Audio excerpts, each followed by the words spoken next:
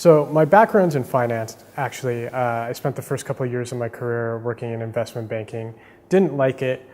Discovered I wanted to move on to hospitality and entertainment. So I went back to school, got my master's in hotel and restaurant management, and also got an MBA in marketing and business as well. So once I started to work in that area, I really became passionate for marketing, and using all the lessons I learned from finance, all the analytics and everything, I started to apply that to a lot of the marketing that was being done because people weren't tracking metrics and tracking campaigns before, and that's how I really got into marketing and grew my career. And I worked in entertainment for a long time, working in nightclubs, booking DJs and entertainment and acts like that, and moved to Cirque du Soleil.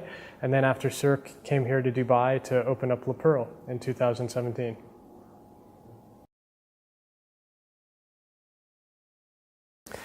I don't know if it's rewriting the rules. I think we're actually writing the rules. The rules haven't been written yet, and that's what I love about a project like this, is that it's a proven product elsewhere in the world, but here in the UAE and the GCC, it's really a less than mature product, and something that we're developing the need and the passion and the excitement for something like live theater and a permanent live theater show. So for us, it's really about writing the path and developing the structure to that mature product and something that people will want to go see over again. And when their friends and relatives come to visit Dubai, something that they make sure that they see as well.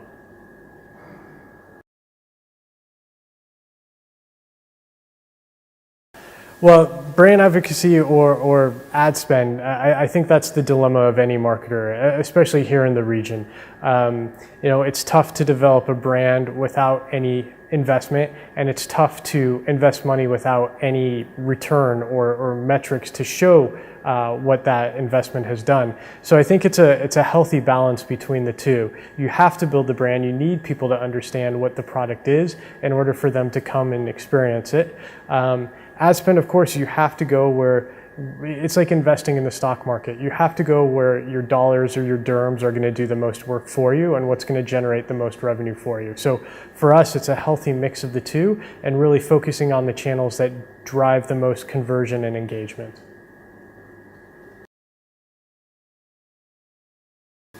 It's completely different than any other market I've ever worked in. There's a lot of unpredictability, a lot of last-minute purchases.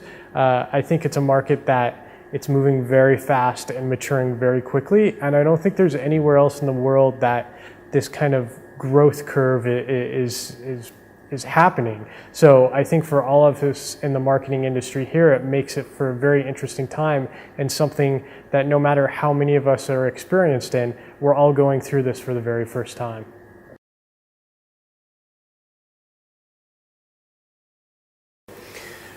Well, it's a niche segment in that if you're a live entertainment or theater goer, that's niche, right? So we're targeting some of those people, but this market doesn't have a lot of those. So for us, it's really creating a whole population and then identifying what the niche segment within that is. So, you have your B2B clientele, so your corporate bookers, you have your concierge, you have your travel trade, you have your event planners. That's one, set of segments. And then for us, you have your European customer who might be more affluent and savvy and informed. You have your KSA customer who might be very affluent but hasn't seen a show like this. So it's a matter of really educating each segment and figuring out what resonates with each segment and kind of pulling and pushing those strings all at the same time.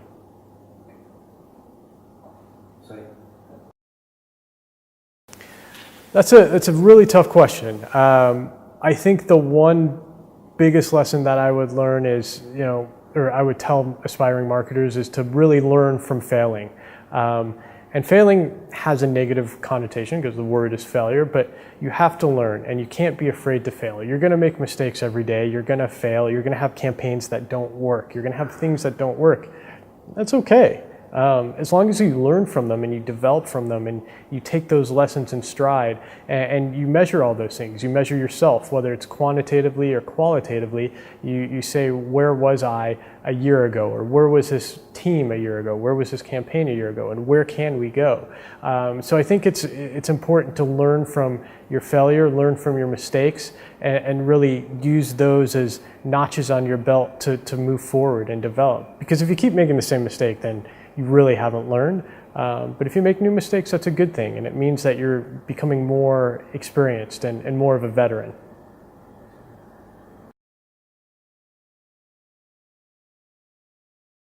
Yeah, I like what Spotify is doing in the UK and the US.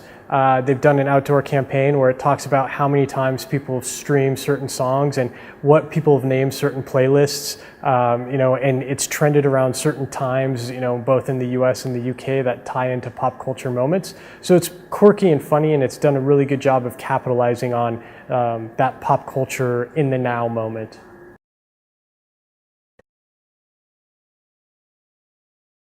Sure. So I'll be taking you through the journey of Le Pearl, Le Pearl by Dragon, the first resident show here in the UAE, and telling you of how all of these people come together. So 65 artists, 75 technicians, the marketing team, the sales team, the finance team, all from around the world in different disciplines, and they come together and really make magic on a nightly basis. So the artistry and the technology that it takes to put on a show like this, and what those two combined do to make such a magical experience.